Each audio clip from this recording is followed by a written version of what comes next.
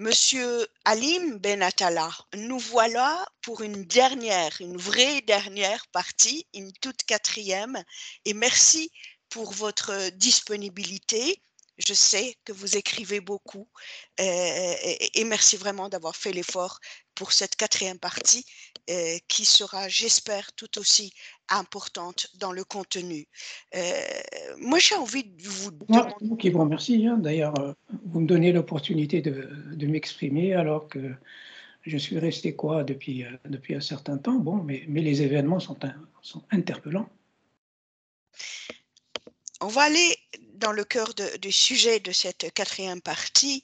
Monsieur Benatala, est-ce que la question d'une troisième guerre mondiale, voire une guerre nucléaire, est plus que jamais d'actualité? Est-ce qu'on peut dire ça au jour d'aujourd'hui?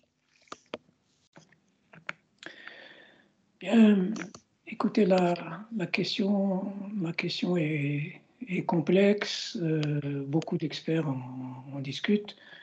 Je ne suis pas spécialiste en la matière, bien qu'à un certain moment, à une certaine époque, au cours de ma carrière, je me suis occupé comme sous-directeur d'affaires stratégiques et désarmement, mais cela remonte à un certain temps. Mais disons que le background que j'ai acquis me permettrait de dire quelques mots sans entrer dans le fond de la négociation qui met en place les partenaires concernés en premier lieu. Je suis qu'un observateur lointain avec un résidu de connaissances qui remonte à bien des années. Alors, de mon point de vue, si vous permettez, je suppute un peu à voix haute. De mon point de vue, il y aurait, pour répondre à votre question, guerre nucléaire, guerre mondiale ou guerre nucléaire, les deux sont liés. On ne peut pas, du point de vue de la stratégie diplomatique et militaire, évidemment, les dissocier. De mon point de vue, il y aurait peut-être trois scénarios que j'entrevois. Le premier scénario, très improbable mais toujours possible, consisterait à voir les Européens s'entre-déchirer, s'entretuer une nouvelle fois, mais cette fois-ci sous le regard des pays qui ne sont pas concernés, qui qui ne se laisseront pas entraîner dans la guerre. Donc il s'agirait d'une guerre conventionnelle, classique, sans usage de l'arme nucléaire. Et alors, si on prend pour référence la Deuxième Guerre mondiale, il n'y aurait pas de guerre mondiale dans le sens où on l'entend par référence à la Deuxième Guerre mondiale, mais une guerre intra-européenne et on verrait plutôt les Européens s'entre-déchirer. Alors, pourquoi il n'y aurait pas ça ne serait pas une guerre mondiale? Du point de vue d'abord des territorial. Rappelez-vous que pendant la Deuxième Guerre mondiale, nous autres pays du Sud étions des pays colonisés et les belligérants ont utilisé nos territoires à des fins d'offensive ou de repli. Il s'est agi par exemple de repli politique dans la mesure, puisque le gouvernement de Vichy qui collaborait avec le nazisme, donc une partie de la France qui collaborait avec le nazisme, s'est aussi transféré, ou en tout cas Alger était sous la direction du gouvernement de Vichy qui collaborait. Et sur un plan politique, il s'en est suivi après. Il y a eu le débarquement américain et c'est une administration américaine qui s'est installée sur notre territoire. Donc nous n'étions pas concernés par le conflit, mais notre territoire était utilisé par les belligérants. De plus, notre territoire a été l'objet d'affrontements. Je rappelle par exemple qu'une partie de l'armada navale française stationnée dans la base de Mersil Kibir, à 450 km à l'ouest d'Alger, donc près d'Oran, qui était stationnée a été coulée par la marine britannique. Pourquoi elle a été coulée par la marine britannique? Parce qu'à ce moment-là, lorsque le maréchal Pétain a conclu l'armistice avec Hitler, Churchill avait craignait que la marine française se joigne à l'ennemi nazi. Et alors, il avait donné ordre à la Navy de se rendre en Égypte et de se rendre à Mers el-Kébir pour pilonner la marine française. C'est ce qui s'est passé à Mers el-Kébir. Et donc, une partie de la marine française a été coulée. Et en Égypte, une autre partie de la marine française s'est rendue aux Anglais. Donc, d'un point de vue territorial, ce scénario-là d'utilisation de nos territoires, de pays indépendants à des fins de conflits entre belligérants en Europe, ne se reproduira pas. Donc, de ce point de vue, déjà, je ne comprendrais pas qu'on puisse parler de guerre mondiale. En second lieu, d'un point de vue humain, vous savez tout comme moi que les belligérants anglais et français en particulier ont recruté par la force,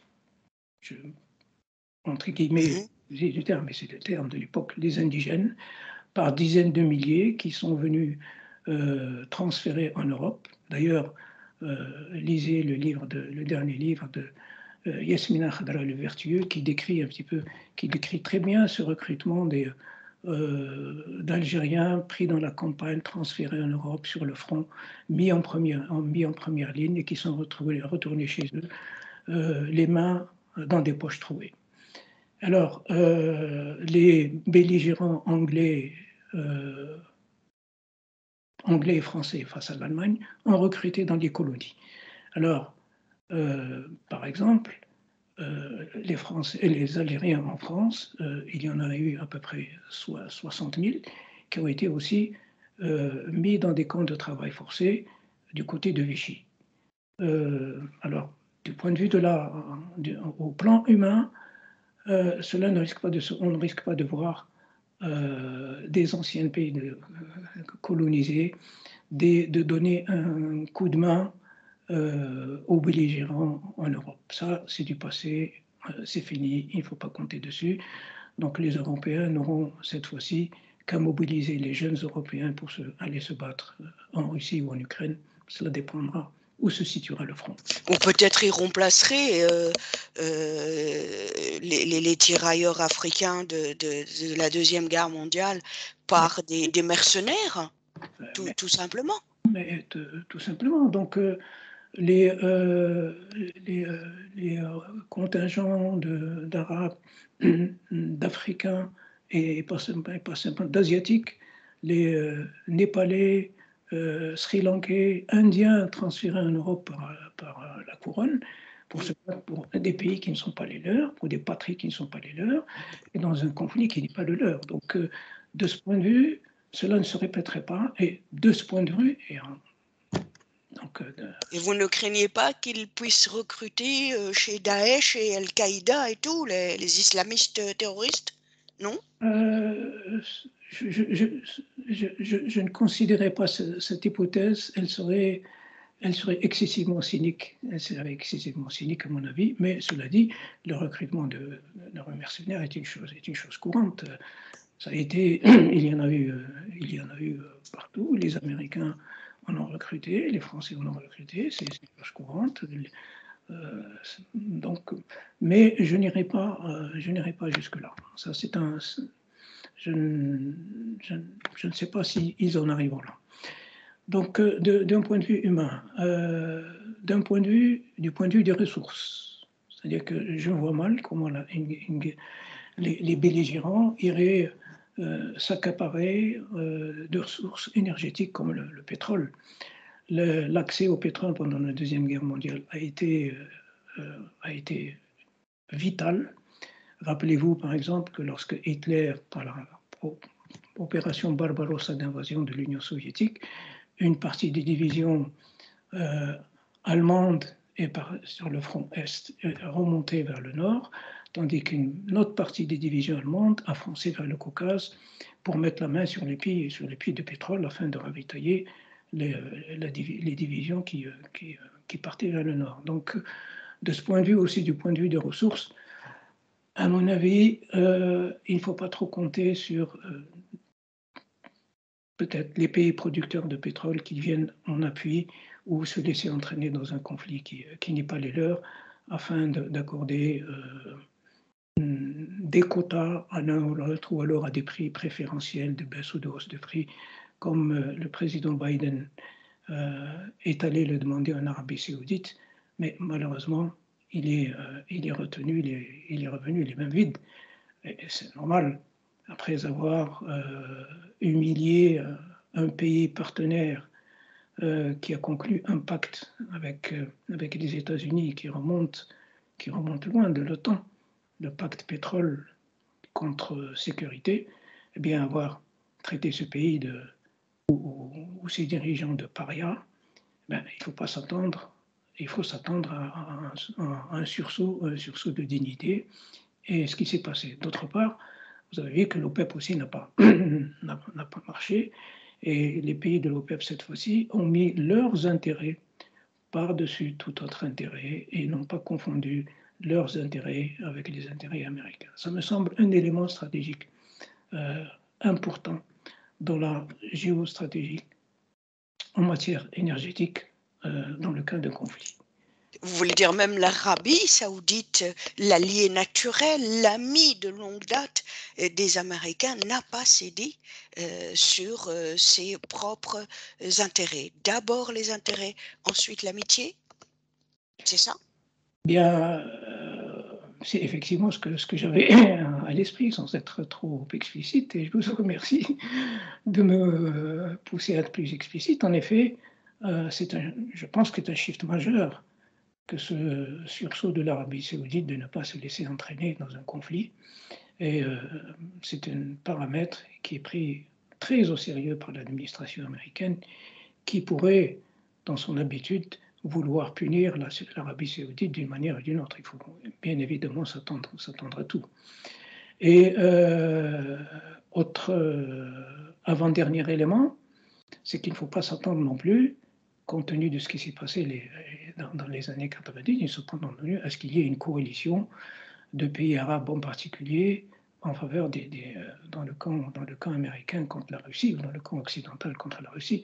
Ça, c'est totalement exclu. Donc, la façade d'une coalition internationale qui serait l'expression d'un consensus international dans un conflit majeur, eh bien, cette hypothèse-là, il faut aussi l'écarter. Dernier élément, il est politique. Du côté de l'Union européenne et du côté de l'OTAN, il ne faut pas s'attendre aussi à de la sympathie politique de la part, par facilité de langage, je dirais, les pays du Sud. Je rappellerai à titre d'illustration que lorsque l'Algérie était colonisée et qu'en France il y avait des militants anticolonialistes, eh bien, le gouvernement de Vichy avait sollicité le PPA, le Parti populaire algérien, afin qu'il soutienne Vichy. Ça a été une expression de souveraineté et de refus catégorique. Pareillement, le charismatique nationaliste, un des premiers militants de l'indépendance algérienne, Messali Hadj, a lui aussi été sollicité par le gouvernement de Vichy pour l'appuyer. Il a catégoriquement refusé de s'impliquer et il a eu quelques soucis par la suite. Autre exemple, en Irak, l'Irak qui était à l'époque sous tutelle britannique, il y avait c'était une monarchie, et les Irakiens se sont quasiment déchirés entre partisans de l'Allemagne et partisans d'une alliance avec les Britanniques. Il y a eu une instabilité politique chronique entre les uns et les autres qui a déstabilisé l'Irak. Alors, ces éléments me font penser qu'il n'y aura pas de guerre mondiale dans le sens classique où on l'entend. Ça sera une guerre où les Européens vont s'entre-déchirer sous le regard placide des pays non européens. Alors, guerre nucléaire ou pas, vous m'avez posé la question. Tout à fait. La question est aussi complexe, elle fait débat parmi les spécialistes. Frappe nucléaire tactique, ou vous savez ce que c'est. Bon,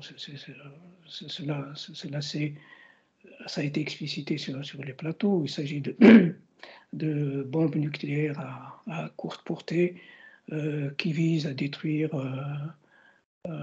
des infrastructures vitales qui servent à détruire une avancée d'une division ennemie et donc à les anéantir. Mais à mon niveau, personnellement, mais ce que je n'ai pas entendu dans ces discussions d'experts, c'est que dans tous les cas de figure, qu'il y ait un bombardement tactique ou un bombardement de plus grande ampleur, ce qu'il ne faut pas oublier, c'est qu'il y aura des nuages radioactifs qui seront en villégiature dans le ciel européen. Rappelez-vous Tchernobyl. Et alors, ces nuages radioactifs qui vont se promener, ils vont affecter qui? Quoi? Ils vont affecter en premier lieu les pays de l'Union européenne. La Russie, à la limite, elle a une profondeur territoriale qui lui permettrait de replier, encore que s'il y a un conflit nucléaire majeur, personne n'y échappera. Ce sera le cataclysme. Et dans ce cas de figure, les effets radioactifs vont se faire sentir. Et alors, dans cette hypothèse, que j'espère très improbable, on verrait quoi? On verrait des cohortes d'Européens fuyant la radioactivité, filant droit vers le sud, donc vers le sud de l'Europe, peut-être vers la Sardaigne, seraient envoyés par les Européens du Nord qui viendraient se réfugier au sud, parce que les Européens du Nord seront directement exposés aux effets radioactifs. Ils iraient peut-être vers la Sardaigne, la Sicile, et pourquoi pas vers l'Afrique du Nord. Si la radioactivité s'étend, et alors il serait paradoxal de voir des boat people européens aller vers l'Afrique du Nord. Et à ce moment-là, peut-être que certains ministres européens descendraient à Alger, en Tunisie ou au Maroc pour demander des accords de facilitation afin d'accueillir les réfugiés européens réfugiés. vers l'Afrique du Nord et peut-être l'Afrique tout entière. Et puis, ceux qui ne survivent pas, monsieur. Bien évidemment, parce que l'Afrique du Nord pourrait elle-même. Monsieur Benatella, des experts disent que s'il y a une explosion nucléaire en Europe suite à cette guerre, en quelques heures, 34 millions de personnes seraient tuées par l'effet direct des explosions nucléaires. Donc, avant même ceux qui vont vouloir être sauvés en partant vers le sud, hein, cette fois-ci. Je suis resté sur une hypothèse basse. J'ai exclu l'hypothèse haute d'un conflit nucléaire à coup de missiles balistiques. J'espère qu'on n'en avait pas là. Je suis resté sur l'hypothèse froid dans le dos, ça fait peur tout ça. Sur l'hypothèse basse d'échanges de frappes nucléaires tactiques. Donc sur le front, mais pas une apocalypse à coup de missiles balistiques. Donc c'est de ce point de vue sans doute qu'il pourrait y avoir ce mouvement de réfugiés vers le sud de l'Europe et bien entendu, l'Afrique du Nord ne suffirait peut-être pas à les accueillir. Donc, l'Afrique, j'espère qu'elle pourra accueillir tout ce monde. Mais bien évidemment, dans cette hypothèse, si les populations européennes sont irradiées, eh bien, et qu'elles affluent vers l'Afrique du Nord, il faudra penser à mettre en place un pass sanitaire, non pas un pass sanitaire contre les vaccinés ou non vaccinés, c'est pas ça, mais irradiés ou non irradiés. Donc c'est d'où la nécessité de tenir un langage de paix pour écarter toutes ces hypothèses différentes, et cela dans l'intérêt de l'Union européenne elle-même. Troisième scénario, c'est celui qui est en cours. Il a été quasiment tracée. C'est, je dirais, la doctrine du ministre de la Défense, du secrétaire d'État à la Défense américain et du secrétaire d'État aux Affaires étrangères américain aussi. Le premier a défini à peu près la stratégie, qui ne vise sans doute pas en ce moment et jusqu'à l'heure actuelle, dans les conditions présentes, un conflit majeur avec la Russie, mais une stratégie d'affaiblissement à long terme de la Russie, je le cite, affaiblissement de la Russie, afin que cela ne se reproduise pas. C'est un langage qu'on est déjà entenu à propos de l'Irak, afin que cela ne se reproduise pas. Donc, la stratégie pour l'instant est affaiblir et punir. Affaiblir sur un plan militaire, c'est ce qui a été, c'est ce qui est envisagé, c'est ce qui est déclaré, je le cite, quelques jours après le début du conflit en Ukraine. Et ce qui induit que l'hypothèse de conflit majeur est maîtrisée, contrôlée du côté américain. En revanche, un conflit long d'une stratégie, à la chinoise, je dirais d'affaiblissement de l'ennemi sans recours à l'intervention, sans recours à la guerre, à la confrontation militaire directe. Donc c'est une stratégie militaire qui est étudiée dans les académies. Son auteur est bien connu, c'est un petit livre, mais où il y a de très bons enseignements. Et je suis enclin à penser que c'est ce qui est en train de se passer en ce moment. Et donc punir, c'est aussi c'est le pense-bête un peu qui est repris un peu partout. Punir la Russie, punir le chef d'État de la Fédération de Russie pour crimes de guerre. Or, si on ouvre le chapitre des crimes de guerre, il y a beaucoup à dire et je vois très peu de pays qui les mains propres, peu de pays occidentaux et autres qui les mains propres dans ce domaine. Si à peine deux exemples, évidemment il y a le cauchemar de Nagasaki et Hiroshima en 2 clics, plus de 220 000 victimes. Ensuite, j'ai à l'esprit aussi le bombardement de Dresden sur ordre de Churchill. On était pourtant à la fin de la guerre et Dresden a été rasé. Dresden, qui est la Florence de l'Elbe, a été rasé pendant 3 jours et en 3 jours, en 3 clics, si je peux m'exprimer ainsi, 35 000 morts civils. Civils, je dis bien civils. Alors, sans compter les bombardements de civils sur Hambourg et Köln, Cologne.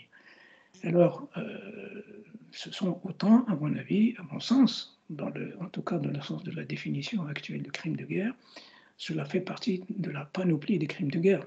Bien entendu, les vainqueurs ne sont pas jugés. C'est ainsi que cela fonctionne. Et alors, il faut espérer que dans ce conflit entre la Fédération de Russie et l'Occident, comme je l'ai mentionné la première fois, s'entend d'abord l'axe anglo-américain, mais aussi les dirigeants et les élites qui reprennent le discours de leurs dirigeants, mais pas les gens simples, qui se m'étonnerait qu'ils soient en faveur de la guerre. Alors, ce qui m'amène à dire que dans tout cela, s'il y a une chose à faire, c'est qu'il faut apprendre à conjuguer le terme paix et apprendre à le conjuguer dans tous les sens, au singulier comme au pluriel, afin que l'Europe nous épargne un conflit majeur qui ne nous épargnerait pas indirectement. Alors de tout cela, comme ancien diplomate d'un pays du Sud, voyons ce conflit qui est à nos portes, et dans les relations privilégiées qu'il y a avec l'européenne et dans son engagement guerrier, la question qui se pose est la suivante.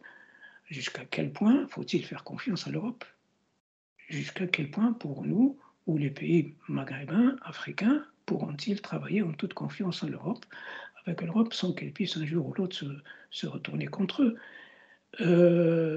Voyez-vous, coopérer avec un ensemble de pays qui, du jour au lendemain, décident de vous sanctionner, décident de blacklister vos citoyens, décident de mettre vos citoyens sous embargo, décident de geler vos avoirs. En fait, pour moi, geler les avoirs, c'est tout simplement un hold-up.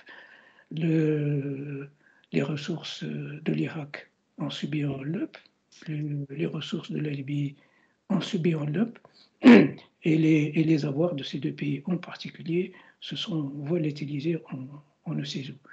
Alors, difficile de travailler dans ces conditions, difficile d'avoir une confiance et de la sérénité dans les rapports, ce qui amènerait, qui pousse les pays du Sud à réfléchir à des postures diplomatiques plus équilibrées avec d'autres partenaires que l'Union européenne aussi va en guerre et est versatile. Et à développer leurs relations, leur coopération commerciale, économique avec d'autres pays et qu'ils donneraient éventuellement le dos à l'Europe. Si je suis votre fil, votre trame à vous, je parle des pays nord-africains, des pays arabes, des pays du Sud. Vous êtes un homme du Sud, vous le répétiez tout à l'heure. Et alors, ils vont creuser, développer les relations avec la Chine, avec l'Inde, avec les BRICS, hein, en fait.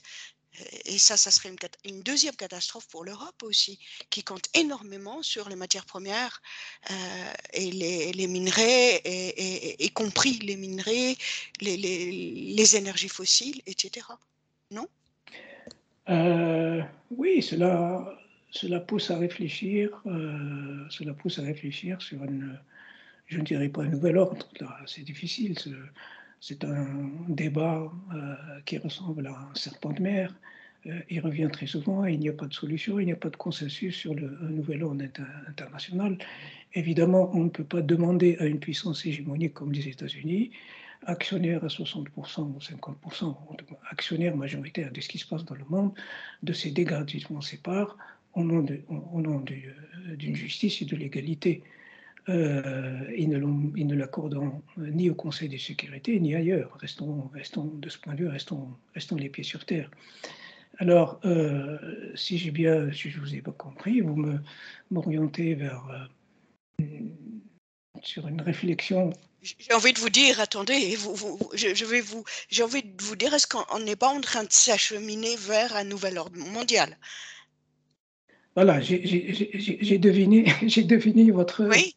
votre pensée. Non, la question est posée, effectivement. Ce qu'il y a, c'est que ce débat se déroule souvent sur la question de savoir quelle serait la place de la Chine, quel serait le rôle de la Chine, quel serait le rôle de la Russie. Et en somme, c'est toujours un débat entre grandes puissances. La vraie question est celle: quelle est la place des pays du Sud? Alors, nouvel ordre ou pas, à mon avis, je ne vois pas un nouvel ordre s'instaurer tout de suite. Pourquoi? Pas simplement pour une raison de doctrine, mais aussi c'est une question de rapport de force. Chaque fois qu'il y a eu un nouvel ordre, c'était à la suite d'un conflit majeur où les vainqueurs ont instauré leur ordre. Trois exemples. Le premier, c'est le Congrès de Vienne en 1814-1815, lorsque les troupes napoléoniennes ont été battues et lorsque Alexandre a, si je puis dire, ratiposé les troupes napoléoniennes et qu'il est rentré à Paris. Ensuite, s'en est suivi avec Metternich en particulier le Congrès de Berlin. Et là, à la suite de quoi, ils ont instauré l'ordre des monarchies contre l'ordre l'émergence d'un ordre nouveau qui est pointé, l'ordre républicain, et alors c'était l'ordre conservateur des monarchies qui a pris le dessus. Donc ça, c'est le premier exemple. Deuxième exemple, c'est le traité de Versailles. Donc, conflit majeur, vainqueur et vaincu, et un vainqueur qui humilie le vaincu, dont il paiera le prix plus tard, qui humilie le vaincu et s'instaure provisoirement un ordre qui n'a pas tenu longtemps. Et ensuite, troisième illustration, bien évidemment la Deuxième Guerre mondiale et conflit majeur des vainqueurs et des vaincus, et les vainqueurs qui se réunissent à Yalta pour définir les grandes lignes du nouvel ordre. Yalta, qui, je vous le rappelle, juste avant la fin de la guerre, a réuni Roosevelt, Staline et Churchill. Et ils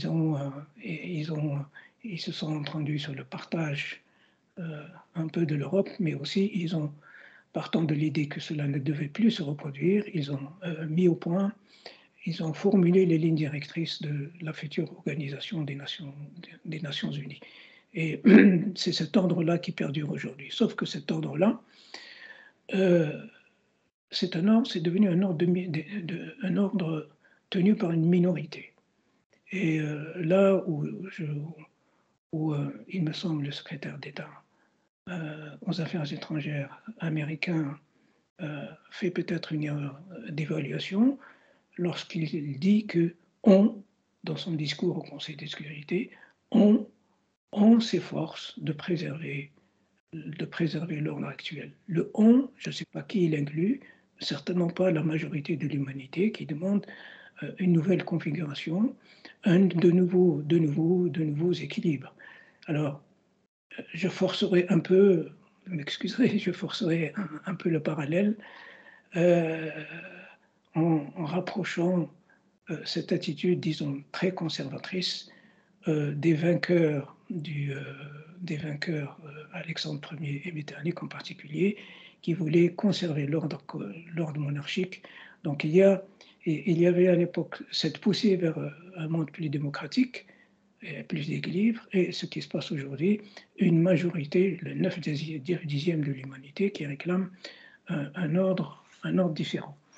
Alors, donc, un ordre qui apparaît, un ordre ne pourrait véritablement s'instaurer, un ordre nouveau, compte tenu des antécédents historiques, il ne surviendrait ou il n'adviendrait qu'à l'issue d'un conflit majeur. Comme on n'en est pas là, il faut tenir compte des rapports de force actuels. Et dans cette phase-là, on ne peut qu'esquisser des tendances. On ne peut pas aller plus loin. Les tendances elles sont là, elles sont lourdes. Il y a l'inéluctable expansion non militariste de la Chine qui inquiète les États-Unis, que les G7, l'Union européenne, l'OTAN ont décrété dans une évaluation non pacifique d'un concurrent qu'ils veulent transformer en adversaire et peut-être aussi en ennemi dans le cas de Taïwan, puisque le Congrès américain avait adopté en 1979 une loi à propos de Taïwan, disant que si Taïwan était touché, ça serait que Taïwan est un périmètre de sécurité américain, et dans le cas où il y aurait une provocation de la Chine, ce serait une guerre avec les États-Unis. Donc, ça, c'est pour l'émergence irrépressible de la Russie. Cela dit, vous êtes d'accord avec les Américains eux-mêmes, hein, qui disent que à l'horizon 2027, la Chine deviendra la première puissance militaire devant les Américains, encore une fois, les Américains eux-mêmes. Et j'aimerais aussi vous entendre réagir sur l'élection de Xi Jinping. Il vient d'être réélu pour un 3e mandat. Une réaction aussi là-dessus. Merci. Écoutez, Je ne sais pas ce qu'en pensent les experts occidentaux, mais d'un point de vue d'un diplomate du Sud, cette élection est un facteur de stabilité et de sécurité.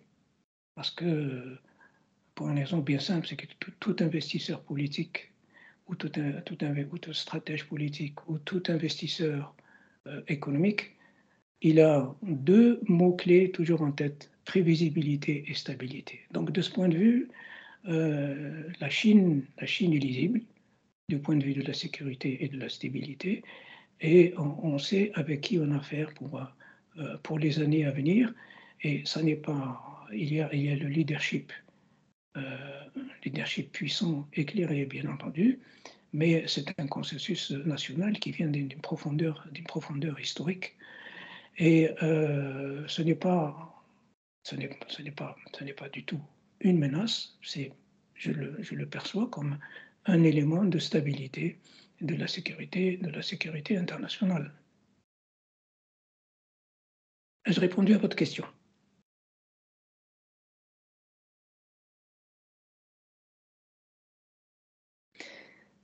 Bien, alors, votre question mise à part, puisque ça a été une parenthèse, je continuerai sur les tendances qui se présentent pour l'instant. Monsieur Benatella, vous ne m'entendiez pas parce que mon micro était fermé. J'étais en train de vous dire que, effectivement, vous avez répondu à mes questions avec beaucoup de clarté et de précision. J'aimerais qu'on dise encore un mot par rapport au nouvel ordre mondial. Par rapport à votre lecture, à vous, il y aurait un nouvel ordre mondial si et seulement si il y a un grand événement. On va essayer de poser la question autrement. Comment se négocierait un nouvel ordre si prédisposition il y a à négocier dans un contexte influencé par l'hégémonisme américain? Écoutez, si je peux continuer dans le sens de la réflexion des tendances, donc, et je répondrai par à la même occasion à votre question. Donc, j'ai parlé de l'émergence irrépressible qui est un facteur de stabilité et d'équilibre dans la société internationale, celui de la Chine. Il y a bien entendu la Russie qui a été flouée maintes fois ces dernières années et qui veut se reconnaître son statut. Je ne dis pas dans les conditions présentes que la Russie a tort ou a raison, là n'est pas la question de mon point de vue, mais c'est légitime qu'une grande puissance, il est légitime qu'une grande puissance se voit reconnaître son statut en tant que tel et non plus minorisé au profit d'un hégémonisme absolu, un hégémonisme absolu qui serait malsain, y compris pour les Européens eux-mêmes. Alors, de notre côté, troisième pôle, ce sont les États-Unis. Les États-Unis, comme vous le savez, sont clairs dans leurs intentions. Je citerai simplement, par exemple, Madame Clinton, qui, il n'y a pas si longtemps, dans un discours plutôt, pas si longtemps quand même, en 2016, avait dit que les États-Unis sont une exception, c'est un terme qui revient souvent, et étant une exception et étant une puissance, il leur revenait, je cite, de diriger le monde. Cela n'a pas changé. Donc, c'est la pensée stratégique européenne et il faut en tenir compte. Cela signifie que les Américains ne sont pas prêts à accepter un concurrent. Sauf qu'au lieu de négocier, eh bien, ils entreprennent des démarches militaires.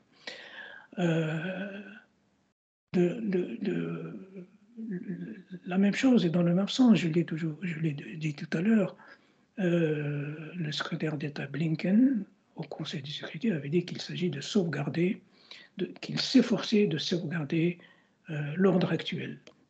Alors voilà, donc à travers ces deux lignes directrices, les tendances sont tracées. Autre pôle d'influence, c'est l'Union européenne, mais dans les circonstances actuelles, l'Union européenne me donne l'impression, je suis enclin à croire plutôt que l'Union européenne a allumé la mèche d'un délitement à feu doux, en en tournant le dos presque à sa phase de construction pour devenir un engin ou alors une machine de guerre contre la Russie. Elle se déstabilise elle-même, elle appauvrit ses citoyens et s'engage dans des dépenses militaires frénétiques au détriment de ses programmes sociaux, mais aussi au détriment d'un dialogue plus serein avec ses partenaires méditerranéens. Alors, ces partenaires, ce décor étant fixé, l'autre question qui m'intéresse le plus, est de savoir que devient le grand quart-monde. Quand je dis quart-monde, ça n'est pas au sens pauvreté, pauvre riche, non, le grand quart-monde, c'est-à-dire tous les autres pays non occidentaux, hormis la Russie, hormis la Chine, où il y a des puissances émergentes qui aspirent à la paix et non plus au conflit, qui aspirent à des équilibres commerciaux plus... À l'instar de la Turquie, à l'instar du Brésil, quelques pays africains du Nord et de l'Afrique, le reste de l'Afrique, hein. C'est cela que vous voulez dire? Vous désignez plutôt ce type de pays émergents? Oui, en effet. Alors là, vous m'amenez dans une autre direction. C'est que ce grand quart-monde, si je puis l'appeler ainsi, quelle pourrait être sa position dans les tendances actuelles? Qu'est-ce qu'il pourrait faire? Comment pourrait-il se positionner? Comment pourrait-il sauvegarder ses intérêts sans nécessairement les lier aux intérêts des uns et des autres? Et qu'est-ce qui pourrait être fait?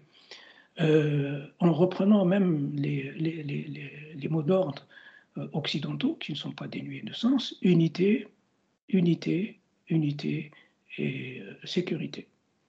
Ça me semble être deux mots d'ordre importants. Alors, dans ce grand quart-monde, il est forcément hétéroclite. Il y a des intérêts divergents.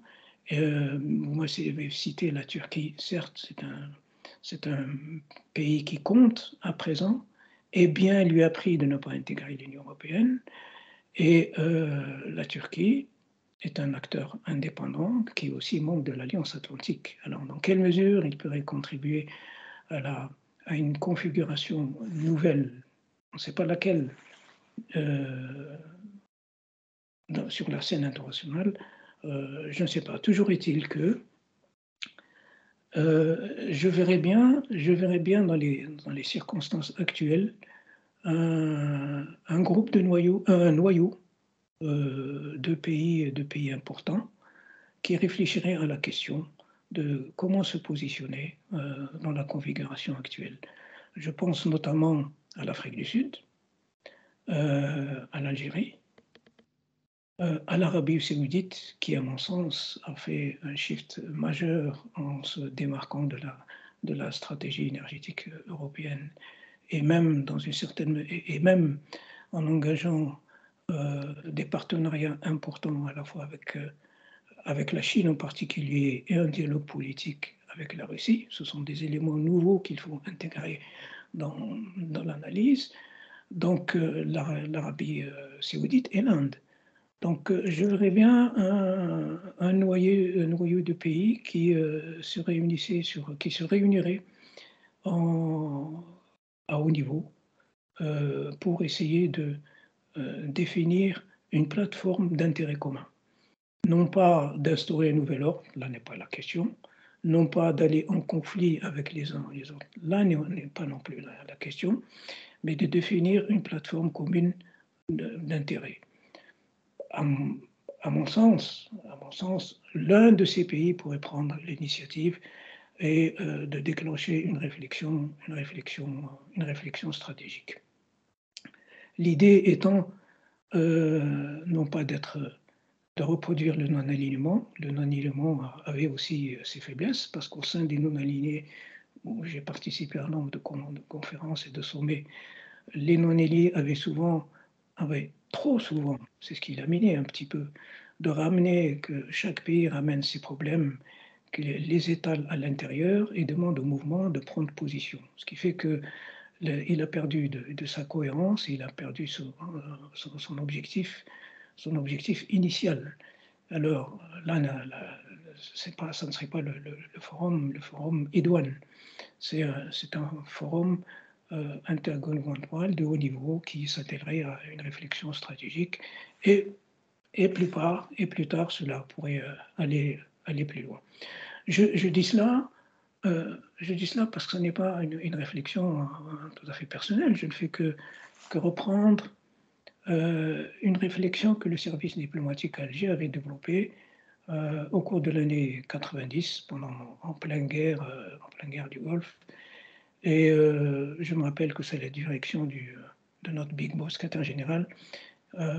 On nous avait demandé de réfléchir à une posture post-conflit ou comment positionner l'Algérie en difficulté à ce moment-là au plan diplomatique sur ce conflit, comment elle pourrait se positionner par la suite. Et l'idée a été de réfléchir à un concept d'autonomie stratégique,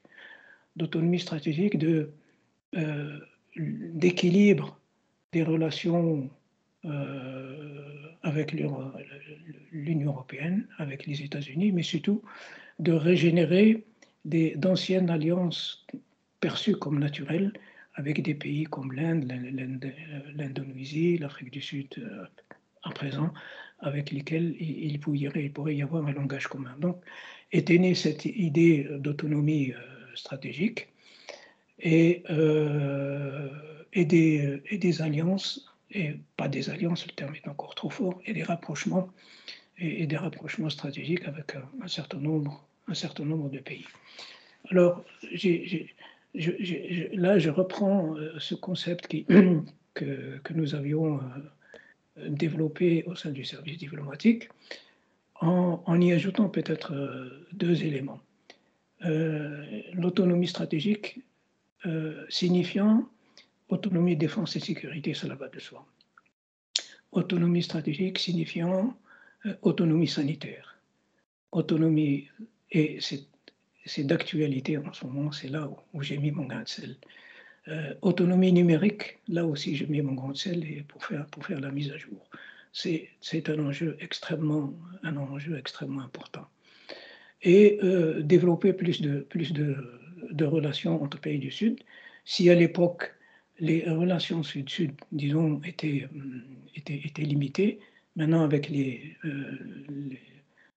pays émergents, notamment en Asie, et le niveau d'intégration très poussé au sein de l'ASEAN, en connexion avec le grand projet ambitieux de la route de la soie, il y aurait sans doute matière à réfléchir pour se positionner. Cela signifie donc qu'il faut du même coup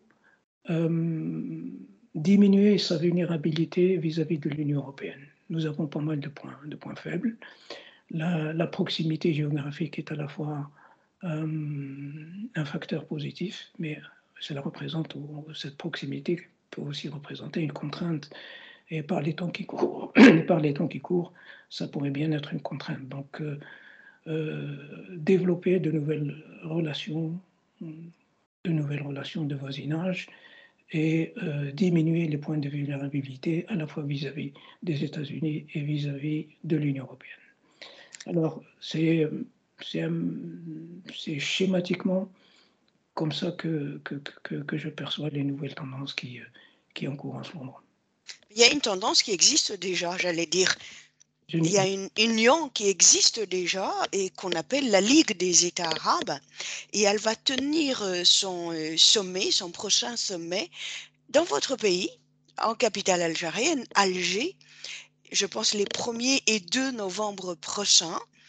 J'aimerais que vous en disiez un mot, eu égard de tout ce qui a été dit dans les 4 parties enregistrées avec vous, et puis en prenant en considération l'actualité internationale.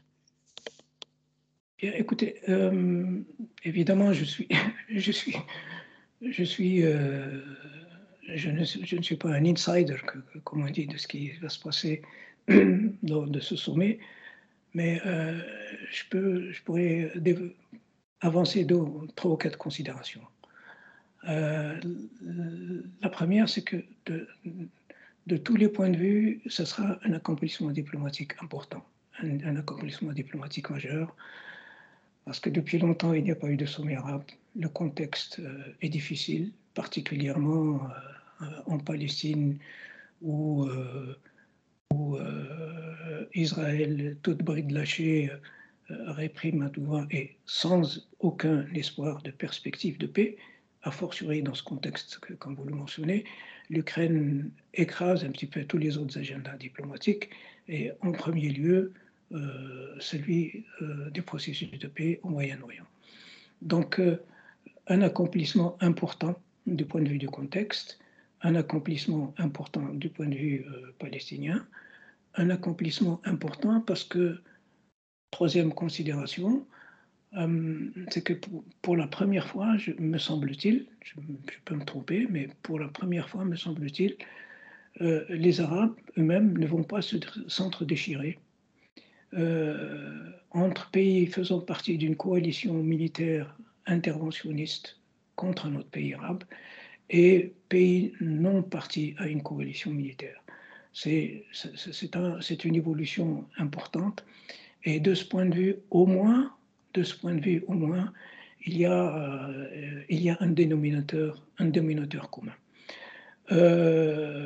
D'autre part, parmi les pays arabes, il y a des pays producteurs de pétrole au sein de l'OPEP, dont la position a été remarquable lors de la dernière conférence de l'OPEP, puisqu'ils ont décidé une décision sans précédent de tenir tête aux Américains et de tenir compte de leurs propres intérêts.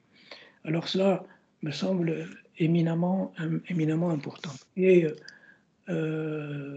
quatrième considération, c'est qu'avec la participation annoncée du roi du Maroc, il y a pour les relations bilatérales une fenêtre d'opportunité de dialogue entre les deux pays. Je le souhaite pour ma part vivement et du fond du cœur. Dans ce contexte-là, il est nécessaire qu'il y ait des convergences de vues. Bon, je regrette bien entendu que du côté marocain, il y ait eu cette volonté de rapprochement d'Israël à nos frontières, mais cela est une nouvelle donne, on ne peut pas la changer, et il faut l'intégrer dans les évaluations et essayer de trouver des formules pragmatiques. Cela étant dit, quel pourrait être le message du sommet arabe en direction des Européens à propos du conflit en Ukraine? D'abord, il reflèterait un message d'unité, ça me semble tout à fait approprié.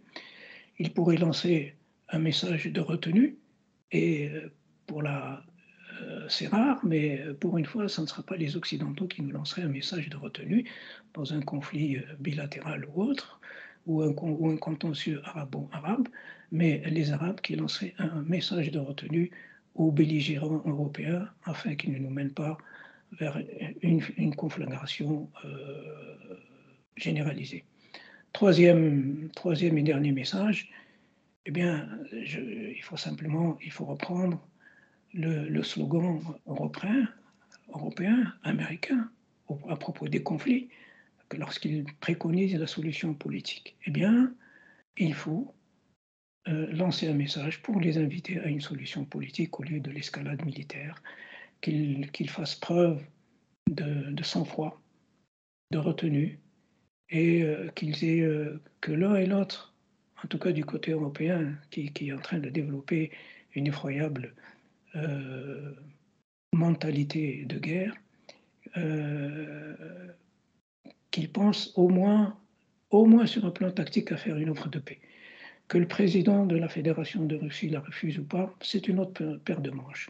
Mais au moins en accompagnement de cet effort de guerre, qu'ils mettent sur la table une proposition de paix, qu'elle soit négociable ou pas, qu'il y ait des conditionnalités ou pas, mais le message à la fois pour les Européens, pour nous, serait important. Et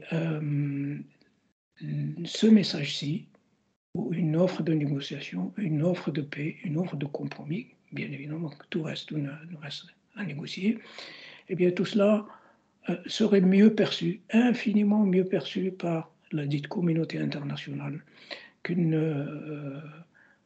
message d'escalade guerrier. Voilà. Et ça sera votre dernier mot, donc ce mot est pacifique et qui appelle à la paix, à la négociation, au dialogue. Et voilà. Voilà. On en termine là, monsieur l'ambassadeur? Je vous remercie de m'avoir accueilli une nouvelle fois. C'est un plaisir. Merci beaucoup, vraiment. Au revoir.